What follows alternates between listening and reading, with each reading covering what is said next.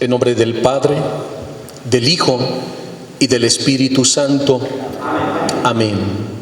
Señor Jesús, esta tarde nos invitas a acompañarte en el huerto del Getsemaní. Y queremos fundirnos contigo y revestirnos de ti, del cielo de tu humanidad y del cielo de tu divinidad, para acompañarte en esas 3 horas de agonía en que padeciste esas 7 penas de tu alma y lo hiciste por amor.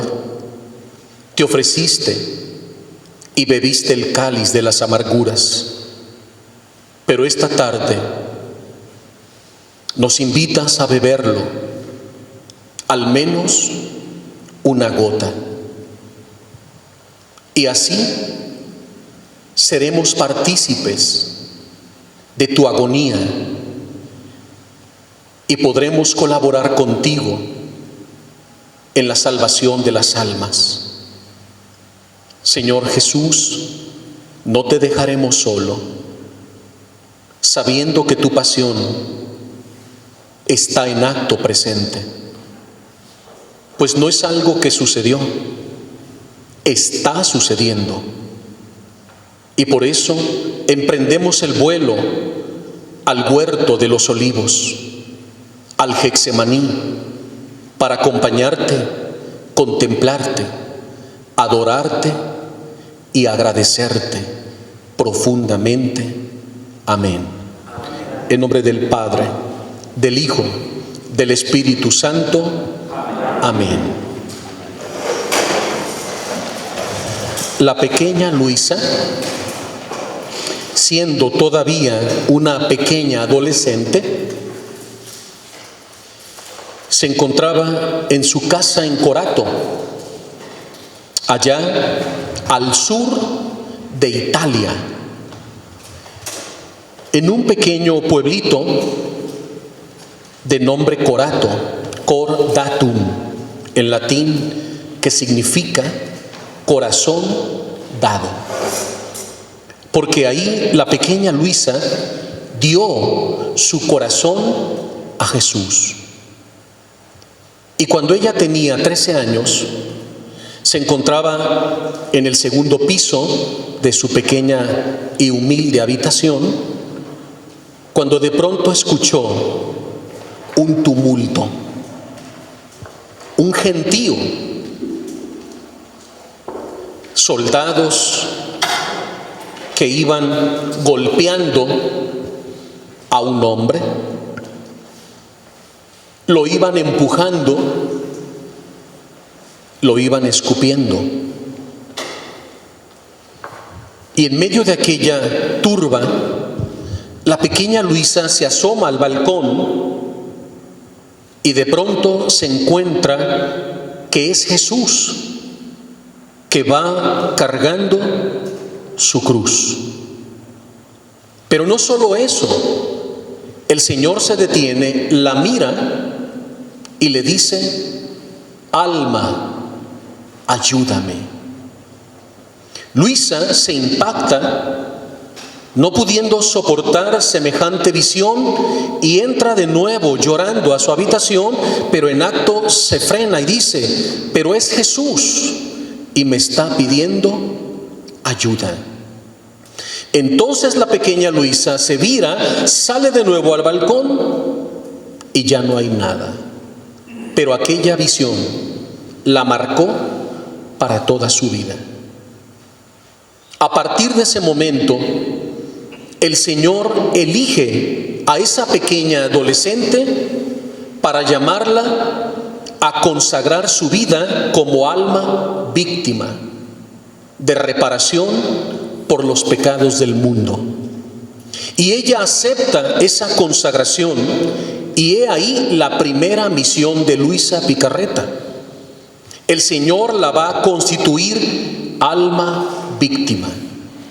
Y el Señor la empieza a preparar de tal manera que le empieza a participar los flagelos, los clavos, la cruz, la corona de espinas, y le empieza a participar los flagelos y los dolores de su pasión. Y Luisa cada vez entregándose más, hasta que finalmente queda constituida como alma víctima. Y así comienza la historia en que Jesús le empieza a revelar las 24 horas de su pasión.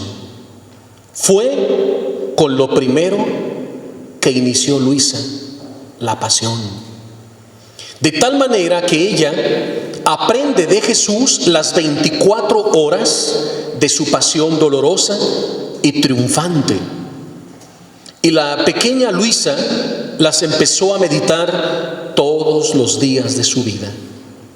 Al punto que cuando ella confeccionaba aquellos bellos manteles de altar y las estolas y las casullas y las vestimentas sacerdotales y los corporales, pues se rodeaba de niños, y a todos esos pequeños les enseñó a que aprendieran de memoria las 24 horas de la pasión de Cristo. Ella las empezó a meditar hasta que llega su confesor, el padre San Aníbal María de Francia.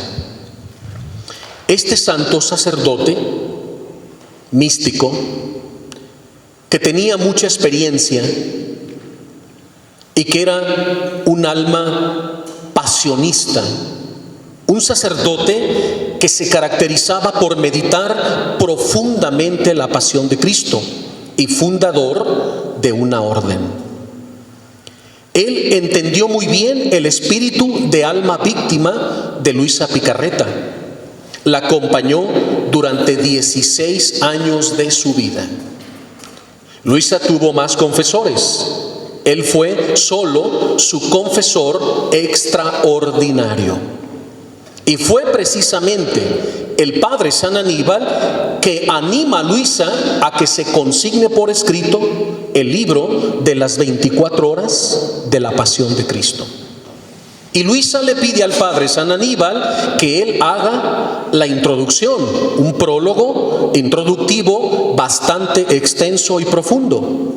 Y él mismo es el que la anima a que el libro se publique en muchas lenguas, porque el padre San Aníbal estaba convencido del provecho espiritual que pueden obtener las almas cuando meditan y contemplan las 24 horas de la pasión de Cristo. Al punto que el mismo padre San Aníbal María de Francia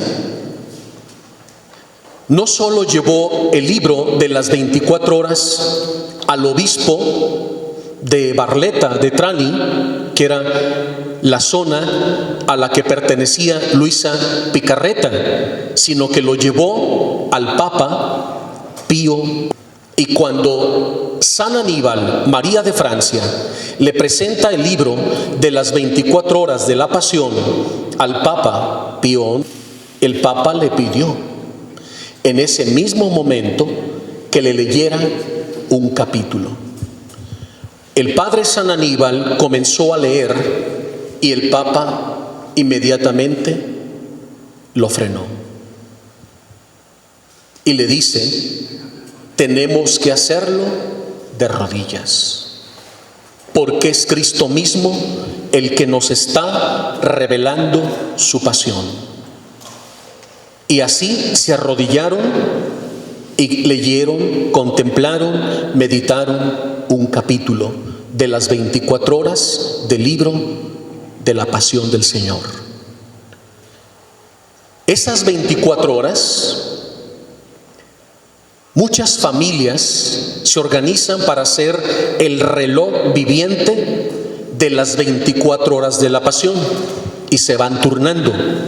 Pero también muchos sacerdotes en sus parroquias organizan el reloj viviente de las 24 horas de la pasión. Y no se imaginan los frutos y las conversiones que surgen. Los mismos párrocos de Santa María Greca, que es la parroquia a la que pertenecía la pequeña Luisa, ellos hacían el reloj viviente con los fieles, y eso lo promueve San Aníbal María de Francia.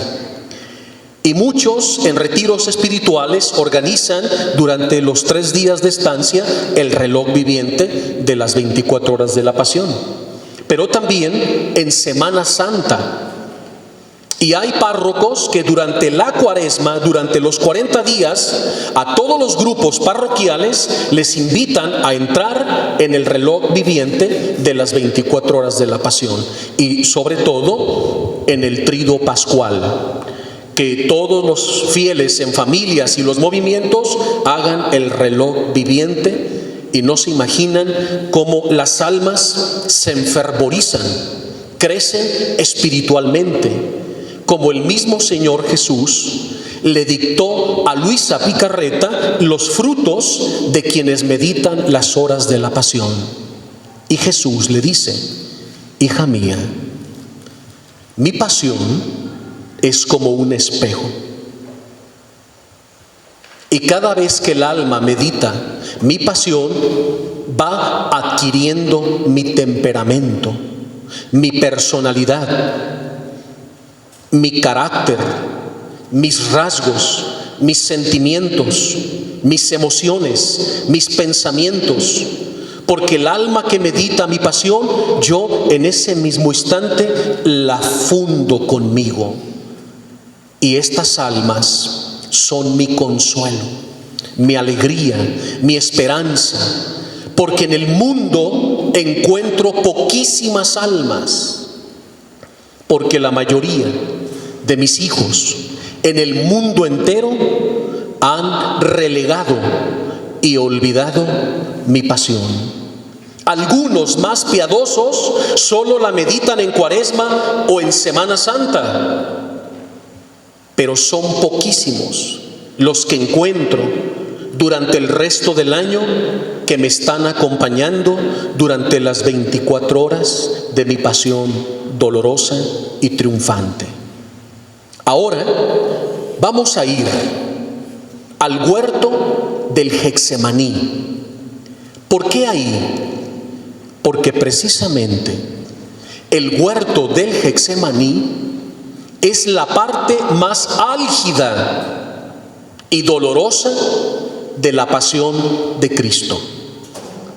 El padre Raniero Cantalamessa, que ustedes conocen, predicador de la Casa Pontificia, cada año en los retiros de Semana Santa que predica ante el Santo Padre, cardenales y sacerdotes, el padre Raniero Cantalamessa dice que lo que conocemos de la pasión de Cristo es solo el 10%.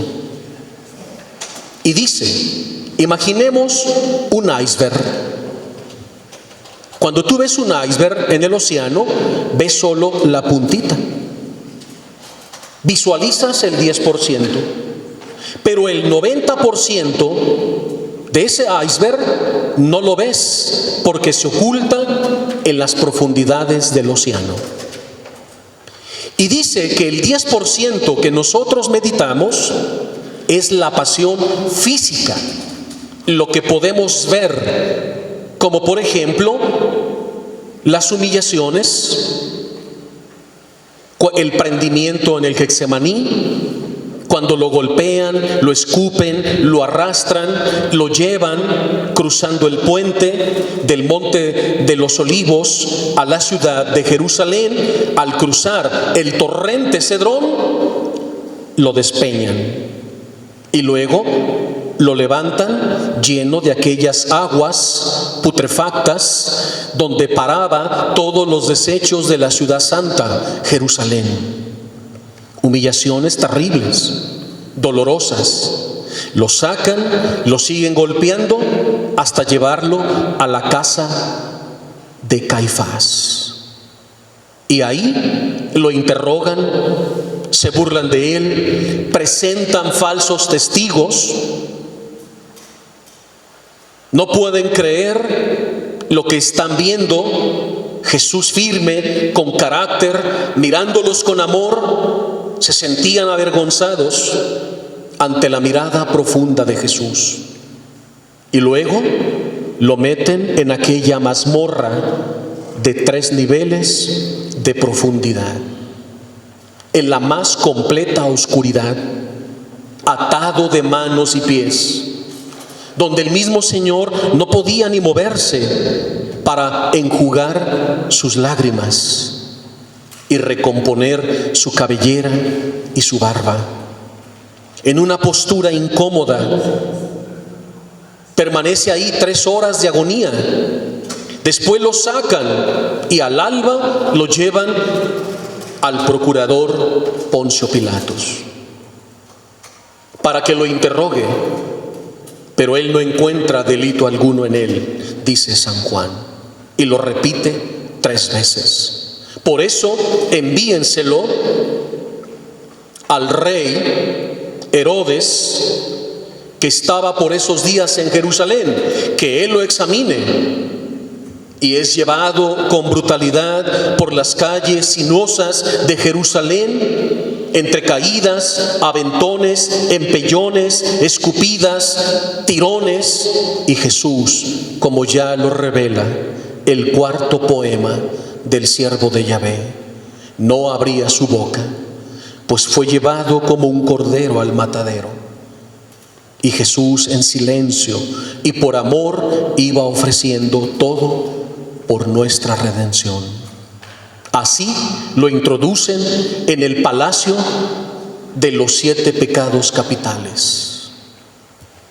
Ahí Jesús es el único sitio, el único lugar de toda la Tierra Santa donde no pronunció una sola palabra. Ni siquiera al rey Herodes le dirigió su mirada. Jesús se inclinó y guardó silencio total. Herodes lo ridiculiza y lo viste de loco, se burlan de él y luego se lo manda de nuevo a Pilato. Pilato lo sigue interrogando, pero un juicio falso, sin defensa, sin un tribunal, sin un defensor, sin causa alguna, sin testigos. Pero era tanta la presión de Caifás y los 72 ancianos del consejo del Sanedrín que no podía contra eso. Además, habían pagado a muchos para que gritaran que ese hombre llamado Jesús de Nazaret debía morir. Ante la presión, este hombre no podía hacer más. Para calmar a la turba lo manda a azotar.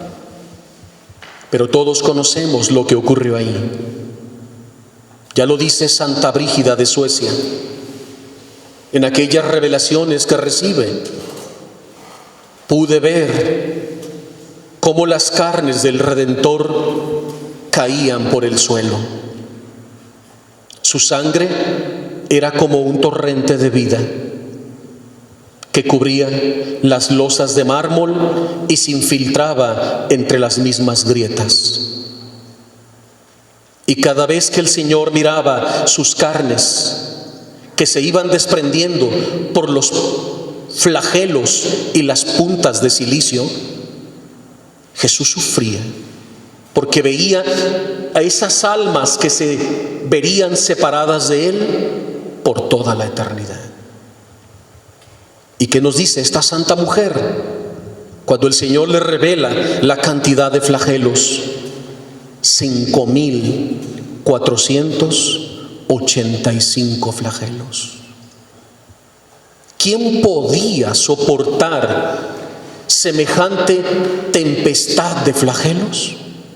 Ningún mortal, solo el hombre Dios, o Dios hecho hombre, que por nuestro amor se ve sometido a semejante tempestad y finalmente lo coronan de espinas.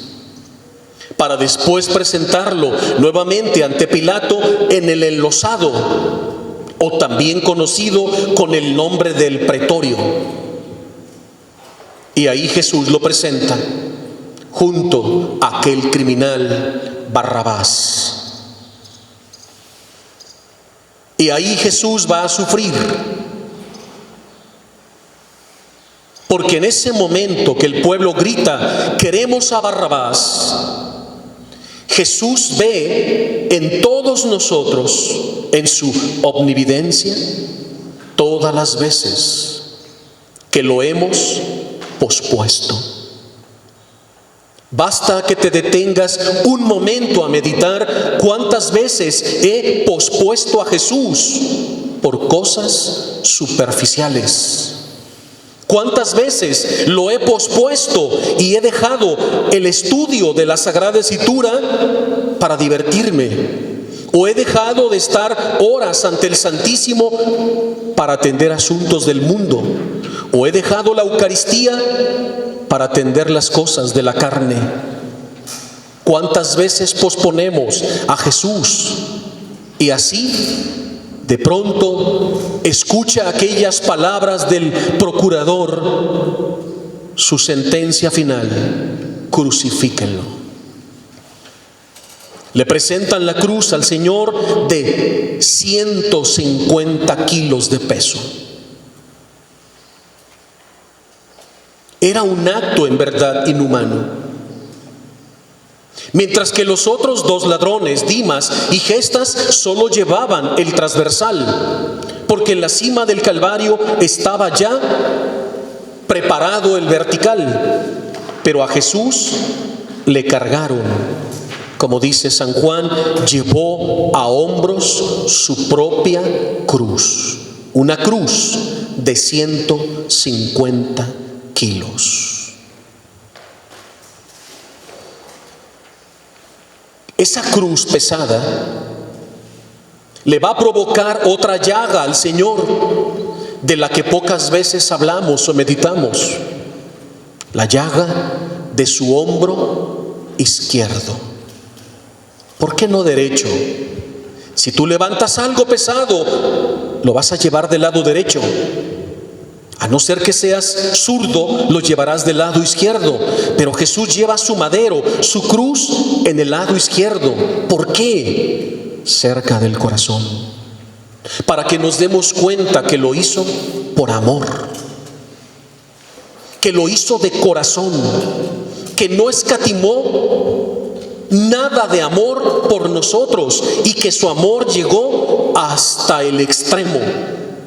Y así Jesús llevó su cruz y cayó 3 veces, camino del Calvario. Y en esas caídas vio nuestras caídas.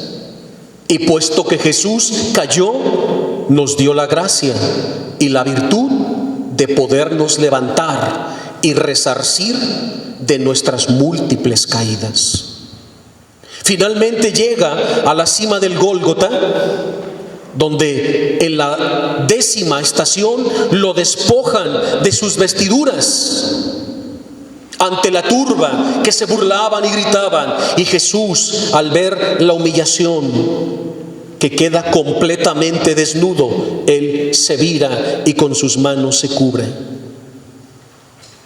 Pero ahí nuestra Madre Santísima, no pudiendo soportar la humillación de su Hijo amado, y como Jesús con su pudor se cubría y sentía la desnudez para reparar todas nuestras desnudeces, para reparar todas las veces que hemos caído en acciones impúdicas, o de impureza, o de desenfreno, o de lascivia, o de lujuria, o de exhibicionismo. ¿Cuántas reparaciones estaba haciendo el Redentor? Y finalmente nuestra Madre, con sumo dolor, al ver y sentir en su alma el dolor y la vergüenza que sentía Jesús al quedar completamente exhibido ante las muchedumbres, nuestra Madre toma su velo blanco, se desprende de él, se mete entre los soldados, abraza a su hijo y le anuda el lienzo de la pureza y lo cubre, lo repara. ¿Cuánto tenemos que aprender de la pasión? ¿Cuántos detalles que hemos pasado desapercibido? Y así viene la dolorosa crucifixión y a Jesús le tienen preparada la cruz. Mientras que los otros dos se resisten, vociferan, gritan, ofenden, patalean, escupen, Jesús solo va y como cordero se tiende sobre aquella cruz. Los mismos verdugos se sorprenden. ¿Por qué este hombre no pone resistencia? ¿Por qué no vocifera? ¿Por qué no grita? ¿Por qué no se comporta como los otros? Hasta los mismos soldados sentían pena al ver aquella mirada dulce, tierna, transparente de amor de Jesús que les subyugaba el corazón. Para poderlo clavar tenían que mirar hacia otra parte, porque los mismos soldados, hombres burdos y acostumbrados a la sangre, a la violencia, al dolor y a infligir penas, no podían resistir la mirada amorosa de Jesús que les traspasaba y les hacía sentir su amor, su divinidad, su presencia. Finalmente lo elevan y atrae a todos hacia sí, como dice San Juan. Esto es el 10% de la pasión. Esto es lo que se ve, lo que se siente. Pero dice Canta la Mesa, el 90% es lo que no se ve y lo que llamamos la pasión del alma de Cristo. Y es precisamente lo que Jesús en las 3 horas de agonía de su pasión en el Getsemaní le reveló a Luisa Picarreta. Lo que no sabíamos, el 90%. Por eso todos los biblistas dicen, aquí estamos en terreno místico, porque estamos entrando al alma de Cristo y con la gracia del Espíritu Santo y pidiéndole autorización a Dios Padre, nos permita entrar en el corazón de su Hijo, que es la sede del amor, y descubrir 7 excesos de amor de Jesús por nosotros. ¡Wow! 7 excesos. Sí, 7 penas de su alma, pero 7 penas que se convierten en 7 excesos de su amor. Y Jesús en el Getsemaní beberá el cáliz de su dolorosa pasión. Dice San Lucas en el capítulo 22 de su Evangelio: después Jesús salió y fue, como de costumbre, al monte de los Olivos. Sus discípulos lo siguieron. Al llegar allí, Jesús les dijo: oren para que puedan hacer frente a la prueba.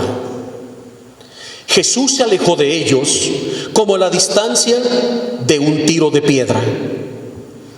Se arrodilló y comenzó a orar y a suplicar: Abba, Padre, si es posible, solo si tú quieres, aparta de mí este cáliz de amargura, pero que no se haga mi voluntad, sino la tuya.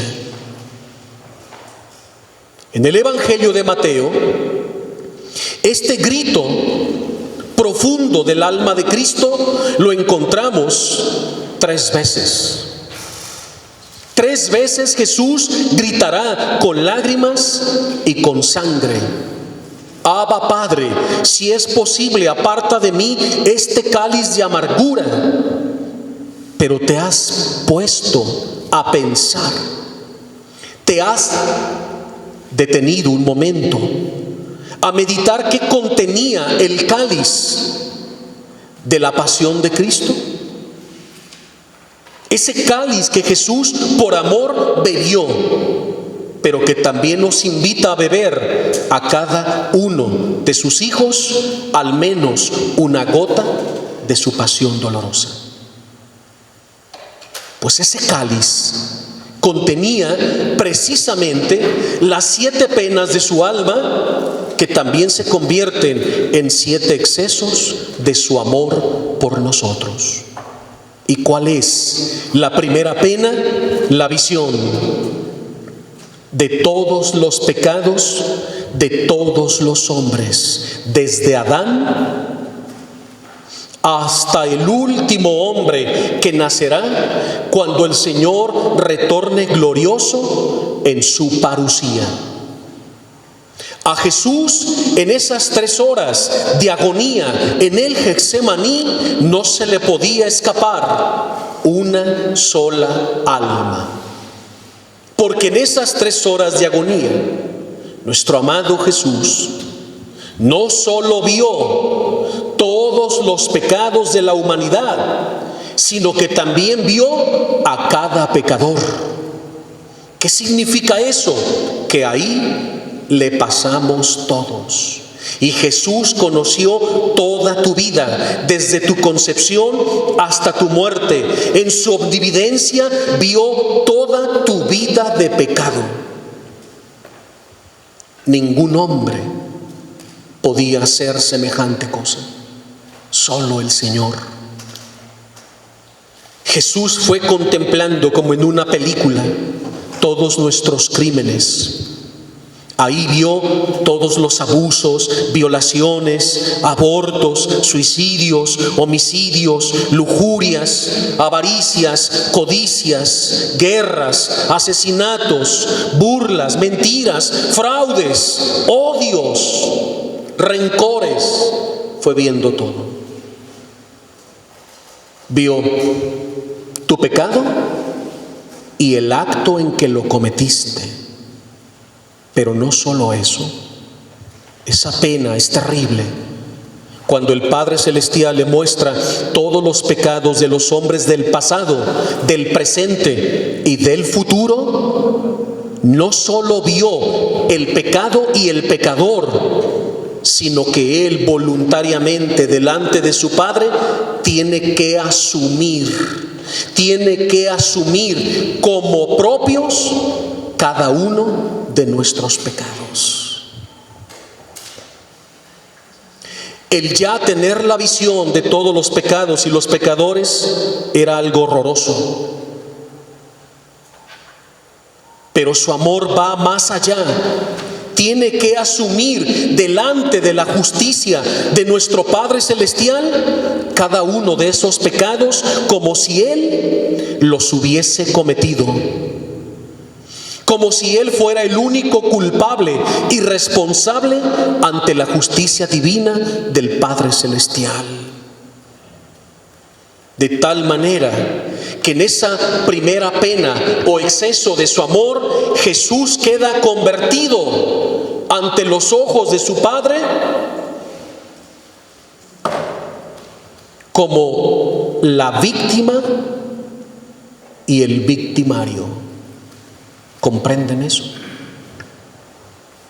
No solo fue Él la víctima de esos pecados. Cuando se comete un pecado, hay una víctima, pero hay un victimario. Y en esta primera pena, Jesús ante el Padre se convierte en víctima y en victimario. El que recibe el pecado y el que lo comete, por cuantos pecados hemos cometido y los que nos falta por cometer hasta que muramos. Pero su exceso de amor no se detuvo ahí, sino que movido por su amor a su Padre y a nosotros, decide asumir la segunda pena de su pasión. ¿Y en qué consiste la segunda pena dolorosa? Pues en ese momento el Padre Celestial ahora le va a mostrar por cada pecado la pena, el sufrimiento que debe pagar para repararlos ante la justicia de su Padre. Oigan, ¿que no es suficiente con haber visto todos los pecados y a cada pecador? ¿Que no es suficiente con haberlos asumido como víctima y victimario? No. Ahora lo que el Hijo debe pagar y reparar y lo que debe sufrir en su pasión ante la divina justicia por cada pecado. Y Jesús, por amor, lo está aceptando todo. Pero se produce en el acto que Jesús acepta y bebe el cáliz con estas primeras dos penas, se produce inmediatamente la tercera. Y todos sabemos que lo único que nos separa de Dios es el pecado. Porque el pecado es lejanía de Dios. El pecado es ruptura con el amor de Dios. El pecado es tiniebla, oscuridad. El pecado es ofensa. El pecado es transgresión. Y Jesús, convertido, hecho pecado, dice San Pablo en la primera carta a los Corintios, capítulo 5, y en Gálatas, capítulo 3. En esa hora del mayor suplicio y dolor, Jesús se convierte en un anatema y en un catara. San Pablo utiliza dos palabras en griego profundas. En ese momento Jesús, hecho pecado, hecho maldición por nosotros, Gálatas 3, se convierte en el sin Dios, en el ateo, en el más lejano del Padre, porque está hecho todo pecado, toda escoria sobre Él. Como en un solo punto del universo cae toda la materia, todo el peso de todos nuestros pecados que lo hunden, lo oprimen. Y por esa razón Jesús, dice el texto en el Evangelio, comenzó a sudar como gotas de sangre que corrían hasta el suelo.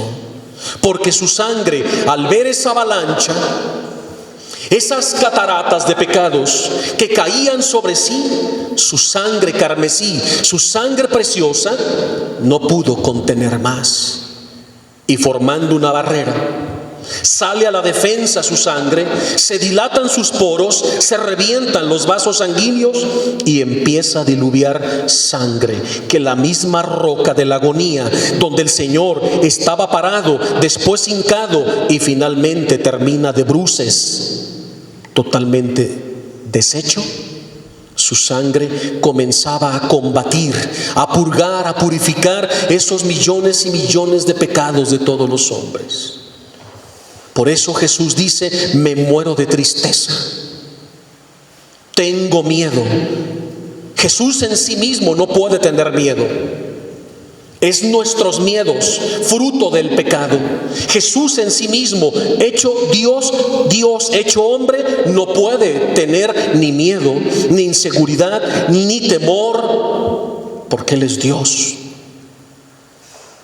El miedo, la tristeza de Jesús es fruto de nuestro pecado, porque Él está asumiendo tu pecado con todas las consecuencias. Entonces Él siente el terror de nuestros pecados, el dolor de nuestros pecados, las tristezas, las angustias, las soledades de nuestros pecados. No que Él en sí mismo, como un defecto humano o divino que no puede existir teológicamente, lo esté experimentando en su persona por sí mismo, sino es lo que está recibiendo por amor a todos nosotros, a lo que Jesús se vio sometido en esa hora de dolor y de angustia. Y San Pablo dice: Jesús anatema. ¿Qué es anatema? Maldito. Maldito, dice San Pablo, el que cuelga de un madero, porque asumió toda nuestra maldición. Pero katara, otra palabra griega que usa San Pablo repetidas veces en este preciso momento de la pasión y que se nos explica en las 24 horas. Katara, es decir, condenado. El que no cometió pecado, el inocente, el bendito, ahora por amor y voluntariamente para salvarnos se hizo maldito. Y por amor, nosotros que merecíamos la condenación eterna por nuestros pecados, Él asume la condenación como propia para exentarnos y liberarnos. Como dice San Pablo en Romanos, en esa hora el Señor rompe delante del Padre el decreto de condenación que pesaba sobre nosotros y nos libera por haberse hecho anatema y por haberse hecho katara. Y así, en ese momento, Jesús anatema, Jesús katara, se produce la dolorosísima separación entre el Padre y el Hijo. Nunca, ni en el tiempo, ni en el evo, ni en la eternidad, nunca jamás había habido una ruptura entre el Padre y el Hijo. Nunca había habido una fisura en la sacrosanta y perfecta Trinidad. A lo que se ve sometido por amor el Padre, a lo que se ve sometido por amor el Hijo, puesto que la pasión del Hijo es la pasión del Padre y la pasión del Padre es la pasión del Hijo. Ahí se produce el mayor dolor entre el Padre y el Hijo, porque hemos dicho que lo único que nos separa del amor de Dios es el pecado. Y Jesús está hecho todo pecado, todo katara, toda maldición. El ateo, el sin Dios, el condenado, el alejado. No había un punto más lejano que pudiera existir entre el Padre y el Hijo que esa hora de agonía de Jesús en el Getsemaní. Démonos cuenta cuánto hemos dejado de meditar la pasión. Y a veces la meditamos superficialmente. Pero el Señor nos ha traído esta nueva revelación para que nos adentremos en el misterio insondable de su pasión dolorosa y triunfante. Apenas se producen las 3 penas, viene la cuarta, el cuarto exceso de su amor. Y es una pena muy dolorosa para Jesús, porque en ese momento Jesús va a experimentar el dolor, el sufrimiento eterno, las penas eternas del infierno de todas las almas condenadas.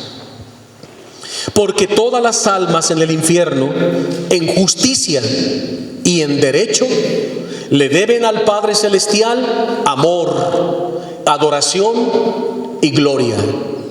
Pero su estado condenatorio les impide a las almas eternamente irredentas, condenadas en el fuego eterno del infierno, no pueden darle al Padre ni el amor, ni la gloria, ni la adoración por su estado condenatorio.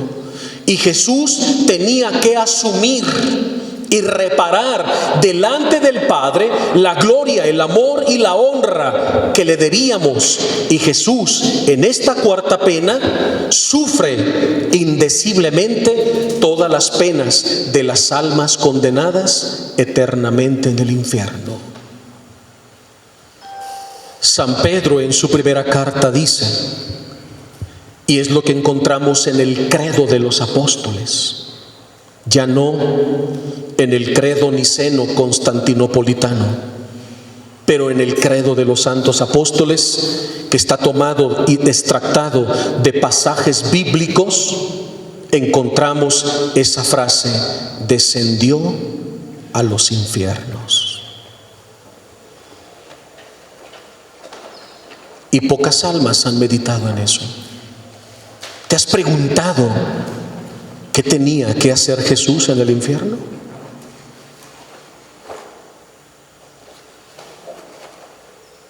El credo lo dice, y lo dice la Sagrada Escritura. No el lugar de los muertos, no el seno de Abraham, no el purgatorio, el infierno, el Sheol, la Jena, el Hades o Aceldama. Porque Jesús desciende para asumir todas las penas de los condenados y ofrecer al Padre en justicia y en amor la adoración y la gloria que esas almas le debían. Y la pena para Jesús es doble, porque asume como redentor todo eso, pero siguen irredentos eternamente en el infierno. Por eso Jesús gritará por tercera vez: Abba, Padre, ¿será posible esto? Pero no se haga mi voluntad, sino la tuya. ¿Será posible que yo descienda a los infiernos y sufra todas las penas de los condenados y no pueda sacar una sola alma del infierno, ni una, eternamente condenados? Quinta: así como descendió a los infiernos, también descendió al purgatorio.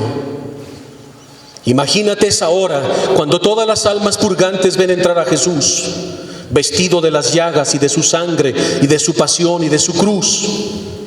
Y todas esas almas fueron liberadas de las cavernas, de los 7 niveles del purgatorio. Y todas esas almas salen acompañando a Jesús como un séquito de gloria. Y luego, todos los del seno de Abraham.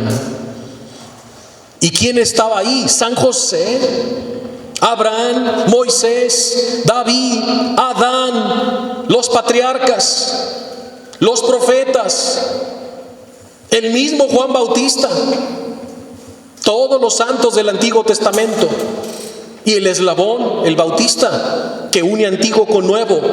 Ahí estaba San José, los papás de la Virgen, Santana y San Joaquín. Imagínate, ellos vieron toda la pasión y se sentían orgullosos al verse ahora revestidos de los méritos de la pasión de Cristo, es decir, revestidos de Jesucristo. Ahora el Padre Celestial en todas esas almas podía ver al Padre Rafael: vengan, padres. Y nos abren la Basílica de las Naciones, la roca sola para los padres, rodeada con esa corona de espinas de fierro forjado, que en el centro hay 2 palomitas que con sus piquitos sostienen el cáliz de la pasión negro. Y ves un cáliz al frente y esa misma representación al lado izquierdo y al lado derecho. ¿Por qué? Porque 3 veces: Abba, Padre, no se haga mi voluntad sino la tuya. Y Jesús ahí bebió el cáliz de su pasión. Y luego comenzó la misa con los padres. Imagínate, los padres no dejaban de besar la roca y entre ellos se abrazaban y se echaban a llorar. Y todavía escuchaba ese padre: perdónanos, Jesús, somos tus imágenes, somos tus predilectos, somos tus consagrados, somos tus sacerdotes y a veces los que más te ofendemos, perdónanos. Y besaban la roca. Impresionante. Todavía recuerdo al Padre Rafael: ¿de dónde lo sacaste? Vienen fervorosísimos. Le digo: sí, venimos desde la Galilea y están los padres prendidísimos. De veras fue un grupo sacerdotal, puros sacerdotes de México, de diferentes estados, estaban fascinados. Pero ya cuando nos despedíamos del Getsemaní, este padre pues no quería, el más mayor, y me decía: es que yo ya aquí ya cumplí mi misión, aquí me puedo morir. Estaba emocionado. Entonces el Padre Rafael escucha y le dice: no, es que va a regresar, pero va a regresar mañana, porque les tenemos preparada una hora santa en la madrugada. ¡Wow! Jesús estuvo de las 9 a las 12, 3 horas de agonía. Y dice el Padre Rafael, pues tienen programado de las 9 a las 12 para que hagan lo que quieran en el Getsemaní. No, los padres estaban felices. Y este padre, todavía recuerdo sus palabras, y con razón las decía, porque es ahí la parte más álgida del amor, de la pasión del alma de Cristo. Y para concluir, perdóname, Padre, sexta pena de su alma, sexta pena. Uno medita esto y dices, ¿cómo? ¿Todavía hay más? Todavía. El amor de Jesús no tiene límites. Va de exceso en exceso, de amor en amor, de triunfo en triunfo, de gloria en gloria. ¿Y cuál es la sexta pena del alma de Cristo? Que en esas 3 horas de agonía sufrió a lo vivo todos los martirios de su iglesia. Vio morir a todos los mártires del pasado, del presente y los que faltan por derramar su sangre por Cristo, hasta que se complete el número de los mártires como está escrito en el libro de Apocalipsis. Y vio todas las persecuciones contra la iglesia, todos los exilios, vio la persecución cristera. Y vio cómo moría el padre David Galván, y vio cómo moría Anacleto, y vio cómo moría José Sánchez del Río, y vio cómo era ahorcado San José María de nuestros mártires, y el padre Toribio, y vio el martirio de todos los mártires en 2000 años y los que faltan por venir. Él vio todas esas penas, todas las agonías, todos los cismas. Vio a Lutero y a Calvino cismar la iglesia, y a Lefebvre y a los tridentinos y a los ortodoxos rusos, griegos, armenios, coptos, etcétera. Vio cómo su iglesia era desgarrada, partida, dividida, se infiltraban herejías, todo lo que ha pasado a la iglesia. Y lo que va a pasar, el Señor ya lo sufrió, ya lo vio y lo hizo suyo, el martirio de todos sus mártires. Todas las que ha pasado la iglesia, todas las persecuciones, todas las guerras, esto que estamos viviendo ahorita, todas estas penas Jesús las vivió. Él asume todas las penas de su iglesia. Y puesto que Jesús asumió y vivió a lo vivo todas y cada una de las penas por las que atraviesan todos los sacerdotes y todos los papas y cardenales y todas las familias y todos los matrimonios y los jóvenes y los niños y los adolescentes, y si podemos seguir avante es porque Cristo nos da la gracia, porque Él primero ya lo vivió por amor a nosotros. Y última, la más dolorosa de todas, la más álgida, la que más le punza a Jesús en su corazón, la pena de las penas, el sufrimiento de los sufrimientos, el dolor de los dolores, la agonía de las agonías, la tristeza de las tristezas. La séptima pena es la más aguda. ¿Y cuál es esa séptima pena? Ver por la mayoría de sus hijos el olvido de su pasión. Esa es la pena más grande para Jesús. Ver que sus hijos ni siquiera la quieren meditar, ni siquiera la quieren escuchar. Y muchos hasta en Semana Santa prefieren irse a la playa de vacaciones. La pasión, ¿para qué? Jesús ya sufrió. Han perdido de vista que está en acto presente. Eso es la Eucaristía. ¿Qué es la Eucaristía? Un Gólgota siempre presente. Es la pasión que está en acto. No es algo que estamos recordando, no es algo que está sucediendo. Estamos en el Calvario. Y la pasión está en acto, pero los hombres hoy no la quieren meditar, porque nos hemos convertido en una sociedad hedonista. Y hemos perdido el espíritu de sacrificio, de abnegación. Y entre más lejos estemos de meditar, recordar, vivir, contemplar la pasión, mejor. Esas son las penas más grandes, que la mayoría de los hombres no conoce el amor, el sufrimiento por el que pasó Jesús para salvarnos. Ya lo dice San Pablo en la carta a los Filipenses. Se los digo con lágrimas, Filipenses. Hay entre ustedes muchos enemigos de la cruz de Cristo. ¿Y quiénes son los enemigos de la cruz de Cristo? Los que han sepultado y olvidado la pasión, los que reniegan de su cruz, los que rechazan la cruz y peor, los que toman su cruz y se la avientan al prójimo. No quieren padecer con Cristo. Esas son las penas más grandes, ver esas almas frías, completamente enemigas de la cruz de Cristo, que les parece un horror meditar la pasión del Señor. Y no se dan cuenta que es el exceso más grande del amor de Jesús por nosotros. Si no pasamos por la noche oscura de la pasión, no podremos experimentar la frescura y el gozo de la resurrección. Es necesario padecer y morir con Cristo en su pasión, porque al padecer y morir con Cristo en su pasión, hacemos morir en nosotros al hombre viejo. Y al llegar al domingo, al alba, a esa mañana fresca de resurrección, entonces es que en virtud de la resurrección nos reviste Cristo del hombre nuevo.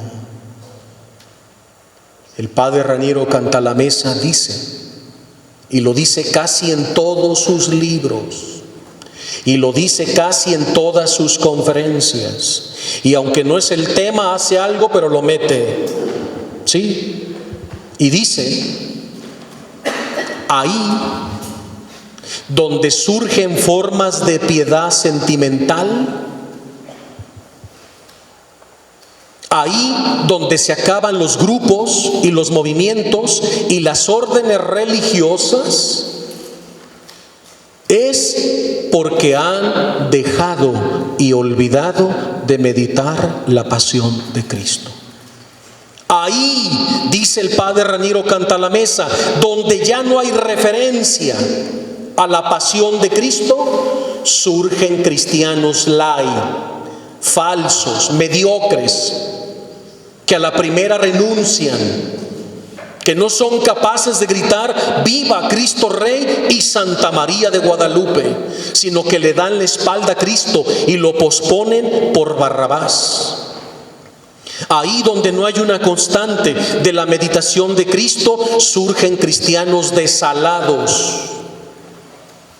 Pierden el primer amor, pierden el fervor, pierden la frescura espiritual, y su espiritualidad no está centrada en la fe ni en la convicción, sino en sentimientos y emociones. Cristianos desechables, dice el padre Raniero Cantalamessa. Pero ahí, esas órdenes religiosas, esas parroquias, esos grupos, movimientos o familias que constantemente están meditando la pasión de Cristo, surgen cristianos fervorosos que contagian, apóstoles, misioneros, que no se rinden, que no desfallecen, que se mantienen en pie, abrazando y besando con amor cada día su cruz, y unen su cruz a la cruz de Cristo. Y se convierten en almas corredentoras, copartícipes en la salvación de las almas, porque hacen suyas las penas de Jesús y las penas de la Virgen María. Recordemos los 7 dolores de San José, los 7 dolores de la Virgen, los 7 dolores de Jesús. ¿Habían reparado en eso? La Sagrada Familia sufrió, cada uno en su momento, sus 7 penas. Por eso San José, con sus 7 penas, se une a la pasión de su Hijo y colabora en la redención de las almas, el Señor San José. Y nuestra Madre Santísima, sus 7 penas, las 7 penas del alma, que meditamos cada sábado de dolores y que las meditamos el Viernes Santo y que rezamos el rosario de pésame y recordamos los dolores de nuestra Madre y los dolores de San José y los dolores de nuestra Madre se funden en uno con los 7 dolores del alma de Cristo en el Getsemaní. Y fruto de esos 7 dolores, las 7 palabras de Jesús desde la cruz, su testamento espiritual. ¡Wow! ¡Qué maravilla! ¿Se fijan cómo todo es 7, 7, 7? Como también en la pasión todo es 3, 3, 3, 3. 3 horas de agonía en el Getsemaní, 3 horas de agonía en la cruz, 3 crucificados, 3 clavos, 3 personas al pie de la cruz, la Virgen, San Juan y Magdalena, muere a las 3 de la tarde, 3 negaciones de Pedro, 3 lenguas el letrero de la cruz, resucita al tercer día, muere a los 33 años, predica 3 años, la Sagrada Familia 3, todo es 3, misterio trinitario. ¿Por qué todo es 3? Fíjense cómo en la pasión todo es 3, todo es 3. ¿Cuántos acompañaban a Jesús en el Getsemaní? 3, Pedro, Santiago y Juan. ¿Se fijan en eso? ¿Cuántas cruces? 3. Todo es 3, todo es 3. ¿Por qué todo es 3? Para la perfecta glorificación de la Santísima Trinidad. Porque todo es obra de la Sacrosanta Trinidad. Amén. Vamos a dar gracias. Perdón que me pasé 10 minutos, Padre, perdóname. Pero me dijiste 1 hora. Vamos a dar gracias. Porque tenemos mucho que agradecer. Las 7 penas del alma de Cristo, que por amor las sufrió y que son para nosotros 7 excesos de su amor. En nombre del Padre, del Hijo y del Espíritu Santo. Señor Jesús, fundidos en tu adorabilísima voluntad y en tu santo querer divino, te pedimos la gracia de poder meditar todos los días de nuestra vida tu pasión dolorosa y triunfante.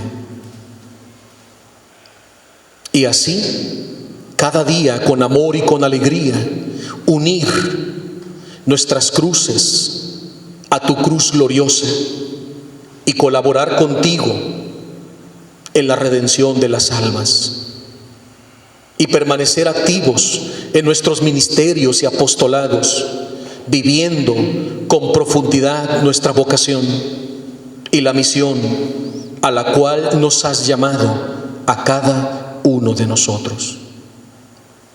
Hoy nos queremos comprometer a meditar las 24 horas de tu pasión, así como se las enseñaste a la pequeña Luisa, y ella las hizo suyas y las encarnó en su corazón y tenía presente, tenía viva y fresca la pasión, y así se la fue enseñando a tantos niños y niñas cuando les daba catecismo.